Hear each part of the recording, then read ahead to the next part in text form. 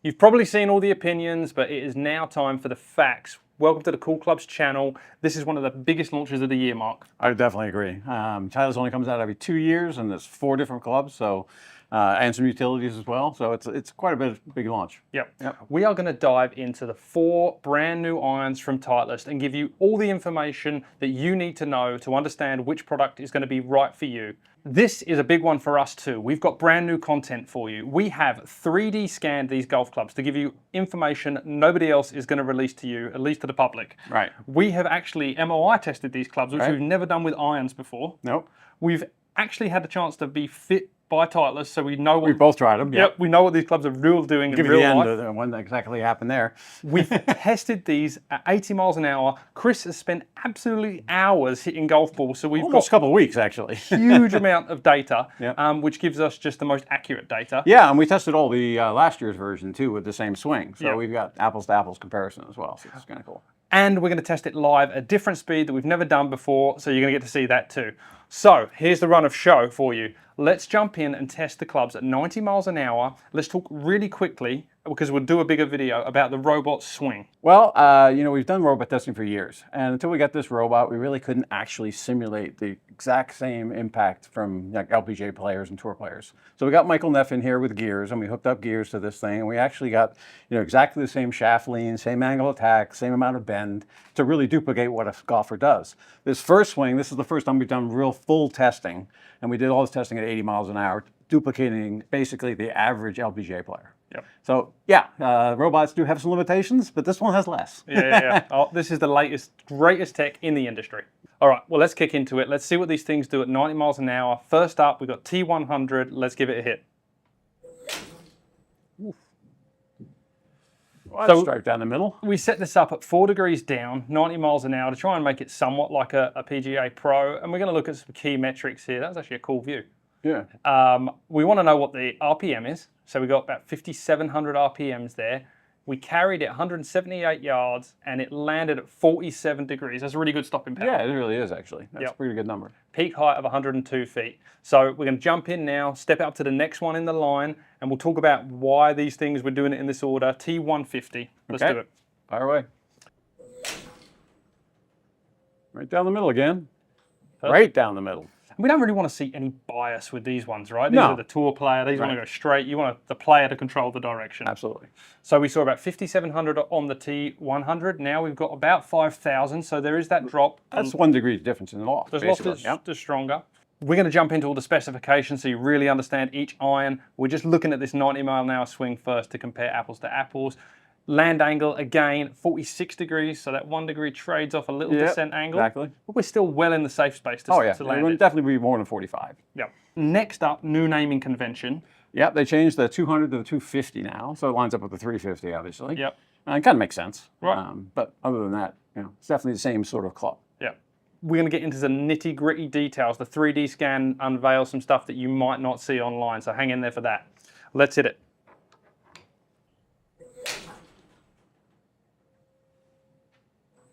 Okay, that makes sense. A little left, right? A little draw. Yeah, don't mind that. Tiny bit. Now we hit the 4,000 mark for spin there. Right, so that dropped a bit. Drops a little bit, and the descent angle gets down a little bit. What's it at now? 42. So we're still in the 40s, but we are getting towards, this is the distance club. The distance club. Right. Truly is, right? Last one on the list, T350, no naming change. Right. We have avoided all the marketing talk because we're assuming you've heard it, but we are going to link these robot data to the marketing and help you understand what that does for you. Hang in there. Drop in the comments if you like the videos that we're doing. Hang in there and tell us all about this 3D scan data, the MOI data, and the 80 mile an hour test, because that's for all of you. Just keep commenting. Dead straight again. Little more draw. Tiny bit. Tiny bit. Okay, similar spin to the T200, which is great. Yeah, it really is. Carry 200 yards with the 7-iron. We're not expecting many 90 mile an hour. No, this is not a tour player club, unless it's a 3-iron or something. But it's forgiving, and then 42 descent, so that's great. They keep this identical. It really kept it up that high with that much more distance. That's pretty good. Yep. That's the fun test. They're just so you get to see the robot in action, you get to see a real golf swing, and we get to see some data. So we saw there that basically the carry yardage went T100 through T350, 78, 188, 197, 200. So the 250 and 350 really blend nicely. Yeah, absolutely. And everything else kind of picks up distance. Yeah, just one after another. It's pretty well spread out, actually. Yeah. So now we're going to jump into some stuff that you're not going to find anywhere else online. And let's start with the 3D scan and MOI testing. Okay, we looked at all the 3D scan stuff, and obviously they definitely get more forgiving as they go up. Yep. You can see that by the numbers, so it's consistently increasing as it goes. And we're talking about MOI predominantly in that. Right. So the MOI is super forgiving through like T100, T150, T250, and almost the 150 seems like in these numbers it's a little more forgiving than 250. But Dr. Mace has kind of explained to us that those numbers being that close or within 100 doesn't actually mean that much. Right. But what does mean a lot is when you jump to that T350, we've seen a 400-point jump. Yeah, that's a big deal. That's substantial, right? Yeah. Yeah. So that 350. When you do hit it off the face, on the sides and all that stuff, it's definitely going to help a lot more. And we talked with Titleist, and we're not going to jump into all of their marketing, but we're basically trying to validate their technology. Right. And with the robot data, which we're going to get to, and help you understand like what all this nice technical fluffy language really means for golfers, right? Yep. So let's look at top line thickness again. So we 3D scanned this model. Dr. Mace pulls it in, takes a bunch of measurements. This isn't what Titleist might tell everyone is their top line. This is what we're trying to measure here is see. what you actually see, right? So that's kind of, it's a little guesswork there on, where to actually draw that line, but we're trying to simulate as much as we can what it looks like when you put it down. And I think the one to highlight here is the fact that the 150 and the 250 are within 0.01 of an inch of each other. Yeah. And that's almost like unseeable. Right. So when you're looking down at the T150 and you might be blending it with the T250, you can You're really not going to notice a difference much from the top, yeah. And we're talking about a 1.3 or 1.4 millimeter change in blade length. Right. Or at least what we've measured as blade length, which is the hosel kind of through to the end of the club. Yep. And again, only another half a millimeter or so down from the 100. When you set it down on the ground, you really don't see much difference in any of them, really. So you look down at the top line, and the 350 you can notice is actually quite a bit thicker, which you kind of want, right? I mean, it looks kind of scary if it's a real thin blade. So it kind of progresses all the way through pretty well, and the 350 kind of stands out as being the one that kind of looks different. Yeah. You'll get into a retail environment, and you'll be able to stand them all next to each other and kind of understand this a little bit better. Offset's something that we talk about. Offset's scary for some people. Yep. Offset is like a stipulation for like great golfers. I don't want any, or I want little. This kind of shows that progressing. T100 starts with the lowest number. T350 is the highest number. It just basically means they're getting a bit more help to square the face in the 350. Yeah, which is what you want. And I prefer like progressive offset. I mean, I don't like a lot of offset in my short irons, and I don't like no offset in my long irons. It scares me. Yeah. So, I like a little bit of everything. So. Yeah. Okay, now for the robot data, 80 mile an hour. Chris tested literally hundreds of golf shots. We're going to compare the four models against each other, so you can understand that. Then we're going to jump in and compare the four models against their prior generation, like 2 years ago, and show you the differences. Hopefully there are some. Before we get into that, I'm going to spiel off the technology to help understand where Titleist we're going, right? Right. Every model has split tungsten. Yep. So that's 2 lumps of tungsten. Heel and toe. Helps with MOI, helps bring the CG down, notches higher, stops faster. Everything has got a face technology. Even though this is a forged body, they basically are putting the back of the club on. Right. So even the 100 and 150, they've got tech low down in the face to make those thin shots, which a lot of golfers get, more consistent. Mm-hmm. That technology changes a little bit as you get towards the 250 and 350 because they're hollow body. Yeah, I really like what they're doing here, right? So what they're doing is, the 100 and 150 and stuff, I mean, they're really trying to help you get the same distance no matter where you hit it, right? Right. And, I have 2 misses, right? I miss it on the toe, which we talk about a lot, and I also hit it thin. Yep. And what they're trying to do by making the bottom on the 150 and 250 a little hotter is to kind of get the same sort of distance out of those thin shots, which is fantastic. Yep. And what I really like is they're really looking at trying to even slow down the center, right? Which is great. Yep. So that, no matter where you hit in the face, it goes the same distance. Rather than what a lot of companies are doing, just trying to get as much distance as you can. Problem with that is you miss hit it and you're 20 yards shorter. Okay. So good job there. And leading into our testing, so they basically have got this L face where they wrap the face around a bit, and then they've got this variable face thickness, and it's called different things in different models. But basically, it's in the T250, it's a V. In the T350, it's kind of a cross. In the 150 and 100, it's like a pad down the bottom, and it's targeted at each golfer that's going to use that club. And we've changed our testing to kind of match this because we hit low toe and low heel and it was not doing anything. Nothing good happens there anyway, and just not good thing to test. So now we've actually testing now just center, 6.5 millimeters, 6.25 actually, and then 12.5. So basically a 1/4 inch down and 1/2 inch down. And then we still did heel and toe, but we did center heel and toe. Right. So the last piece they've added is the groove technology, and right. they've done a more aggressive groove that's going to help in the rough and wet conditions, which every golfer needs, right? Yeah, I actually mentioned they're doing a test with toilet paper, wet in front of the ball. We're going to have to try that, by the way. Yeah. Especially with wedges. Yeah. And it's all about control and consistency. So I love the direction from a marketing point of view. Right. They've gone away from it's all about distance. They're like, we need consistency across the face. We need more spin, and let's see what happened. So, Mark, this is the center shot data for that test we just discussed, and it really just highlights the ball flight of each club. You want to walk us through what's going on? Yeah, obviously the 100 is obviously the highest flying one. I mean, pretty similar to the 150 actually, in a lot of respects. It's 1 degree stronger loft. We didn't see any change in launch, so they've done a great job there. Only a couple yards of distance, which is also interesting, which makes them great to blend, even with the 1 degree. So they must have put more weight down the bottom. And then you get into obviously the 250. It goes a little bit lower, but the spin drops some. Obviously, that's stronger lofts again. And then obviously the 350 is even a little bit lower, but they actually maintained a pretty good landing angle. I mean, 44 degree landing at 80 miles an hour. Yeah. You know, at that kind of distance is pretty good. Okay. Yeah. And this is the first time we've done this visual. Jump in the comments. Let us know what you think about the visual. Hopefully, it really explains ball flight. It shows the spin trade-off, the land angle trade-off, and I think this one really shows the blend of 100 and 150 and 250, sorry, it's going to take a while, 250 and 350. And then there's a little bit of work to do with how you adjust lofts between 150 and 250. Yeah, that's a bit of a trick. Yeah. Right. So there's something, you know, that's why you need to get fit. You can't just kind of put one of them in the bag and one of them in the bag. And the way they've done too, the 100 and the 150 too, by changing the loft only 1 degree. I mean, you also have a lot of options of weakening and strengthening those, you know, whether you want to add bounce or take it away. So got a lot of options here. Yeah, well, that's one point while we were talking about spin is the 100 got de-lofted 1 degree from its prior generation. And they did that, and quickest way to explain it is that allows LPGA players who are at the speed that we're discussing to de-loft it a little more and get that distance they need without trading off too much in spin. And they don't mind, by the way, lower bounce. Yep. Because they're like 2 degrees down like I am. Shallow. So shallow. So it actually helps them. And then it allows the PGA Tour player to back it up 1 degree, get it back to where it was last year, reduce offset, increase bounce, and still have a bunch of spin and stuff. And again, the PGA Tour average on angle attacks is more like 4 or 5 degrees down. So that's why, right? Yeah. Okay, now let's jump into the graphing. I know you've been waiting for this one. Let's jump into the 4 graphs that look at the existing models this year. So this graph in here just shows this year's model at the 80-mile-an-hour test, and it's nice to compare them to each other, right? But this really only tells a story about kind of blending the models because it shows what we just showed in that prior screen, but the grouping. What we do love here is the bunching of the groups, right? Yeah, they're really tight.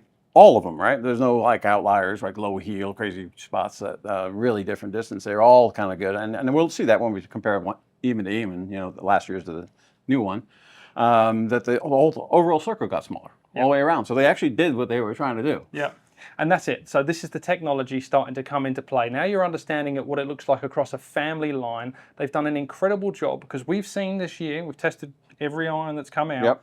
As you get towards those hollow bodies, we see a big jump between the center shots, sometimes within the center shot itself, a big spread, and then between the low shot, which is 1/2 inch down the face, we have this huge gap. And for the average golfer, they don't know where the ball's going to go. So this is like a first family that have kind of said, wow, we can get the middle shot and the top shot. This leads back to that L face technology, the variable face thickness, the V face, the multi-zone face, all that tech basically means more consistent shots across the face. Yeah, I love it because you know we get so many clubs come out now. They're all like us, make it longer than last year, and they get hotter and hotter. Problem is, missing off center goes so much shorter. And you know, irons. The end of the day is not the longest iron that works. It's the one with the tightest circle you can control. And I've always thought that, you know, but it's difficult in a bay, right? You get somebody hits it further, they want one that goes further.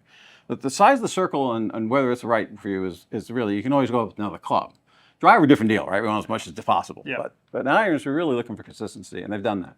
So let's see how consistent they've got from last year's prior gen model. So T100 first, Mark. Yep. So, fairly similar, pretty much straight. You just see the circles tighter, front to back particularly, quite a bit. So they picked up a few yards because they did de-loft it this year. So there's nothing there in tech that you're like, okay, this is just springing. It's 1 degree stronger. Yep. But they've made that total area about 13 yards smaller. Imagine that for a tour pro that's playing T100. That's a pretty big difference, yeah. It's wild, right? Now let's go T150, and you'll probably see some really good players playing T150. Oh, absolutely. Yep. Very similar, tighter circle, obviously, quite a bit. Look at those thin shots, where they are great. compared to the pack. Yep. And then we've got 22 yards in total area, tighter. So that golfer is seeing drastic improvement. And let's go to the 250, so the new naming convention, competing with the 200. Yeah, it's just much tighter. It's just a shorter circle front to back by a fair amount. Right, which is huge. That low center shot. Look at the drop off from the center on 2023. Yeah, how far that's down a big difference. Goes. I mean, you're talking 12 yards, or and the new ones, less than 10. And they've tightened the circle from the 200 to 250, 40 yards. Wow, that's a huge difference. So this golfer is now going to see, I think, this is an opinion, so it's not really about the channel. A much better looking golf club this year. Yeah, I agree with that. Right, but they're going to get their back. Especially the 200, because they got rid of the badge in the back and the kind of shiny looking thing. They all look very clean and looks like a family. Yeah, it does. And now let's jump to the 350. One of our best selling clubs of all time. It is actually. It's been our #1 selling club for probably 3 or 4 years now. Yeah. And that's scary for us. Yeah, exactly. We don't mess with that one. This works, right? And what can you do? Well, look at that graph. Yeah. We've tightened the way area. Better. Almost half. Yeah. So they've like 90, 80 yard difference. Huge difference there. It's just nuts. And that is a testament to this technology. People are kind of sick of this marketing spiel. Right. They're sick of golf clubs getting released all the time. We love the Titleist 2-year cycle. But what we love the most is these engineers getting the respect they deserve because they're spending hours on this. Chris is spending hours testing these things. Oh yeah, absolutely. And they've actually done what they've said. We're getting more consistency. We're getting great land angles. Their whole marketing spiel this year is 3 Ds. Distance control, dispersion control, and descent angle control. And those are the important ones. Right. I mean, it shouldn't be about distance and irons. So I love that. Great job, Titleist. We probably seem like fanboys for this, but we're not. We just love that they're doing the right thing for the golfer. Right. So you got fitted. What did you end up with? Okay, I did T100, and we talked about blending, and I'm a big fan of blending. When I fit people, I blend a lot. It's just not. But what T100 did this year, they've added this cut cavity to the 4-iron and the 3-iron. I'm not a 3-iron player. And that's the point where I could definitely jump, and I have in other sets gone to a hollow body like a T250 or even a 150 in this case. The cavity in the 100 and the 4-iron, that technology, it feels different, feel and sounds different. Absolutely. But it gave me a great peak height with my 4-iron and gave me all the stopping power I wanted. So I went top to tail T100. Okay, well, I did the exact opposite. What did you do? Well, I mean, I've played the 200s before, and I like them a lot. Yep. A little tingy sounding on stuff, and this is way better. They sound fantastic. So I did do 200s again, 250s. But because I don't have a gap wedge, and a 43-degree pitching wedge is just too much for me. So I did a 100 in the pitching wedge, a 150 in the 9-iron, then 8.765 in the 250, and I actually got the UDI in the 4-iron. Wow. So I got a little bit of everything. Yeah. And to be honest, I've sold like 12 sets of these to really good customers. I know they're avid golfers, and just by talking to them about it. And pretty much every set has been changed. Now, granted, most of those guys all don't have the speed you do. They're more in my lane or even slower. So they're a lot more 300s and 200 series.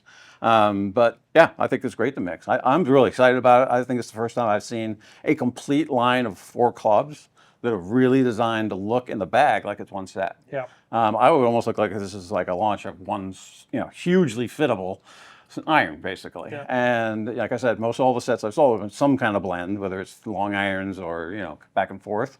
But I think you can do that with this set. You gotta be a little careful with bounce and stuff and, who you're playing it with and how much stronger or weaker. But, there's not a huge difference in the distances in any one of them. So, you can do it for sure. Yeah. These videos are to help educate you and make you inspired to go out and check these products out. Come to us and get fit. Mark talks about you need an expert fitter.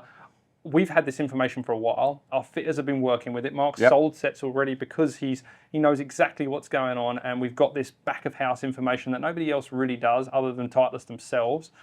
This information trickles down to the worldwide golf retail locations. Our staff members there are better educated, better equipped to serve you when you come into the store and you ask, what club should I be trying? They're going to guide you through this process, backed up with our robot data, with our 3D scan data. Like, they really know what they're talking about. And this is a fitting story. Titleist have done an incredible job. Like, kudos to Titleist. I can't actually wait to get this in the fitting bay with more people and really see what these land angles and stopping powers do. Yeah, the 350 is, like I said, been our #1 selling club for a while now, so I'm really excited about this one. You know, they didn't really go after more distance; they got after a more smaller circle, and that's huge. Jump in the comments, tell us what you think. Are you going to upgrade? I mean, it seems obvious to us. We're gearheads. We're like, we love it. It makes a difference. But is that enough to convince you to A, even get fit, or B, jump in and just get a set that you know? Let us know what you think about the content. Do you like the 3D scan data? Hopefully that's pretty cool tech. We're going to keep pushing the boundaries. We're going to keep robot testing with the best robot in the industry. Like, subscribe, tell your friends. We'll see you next time.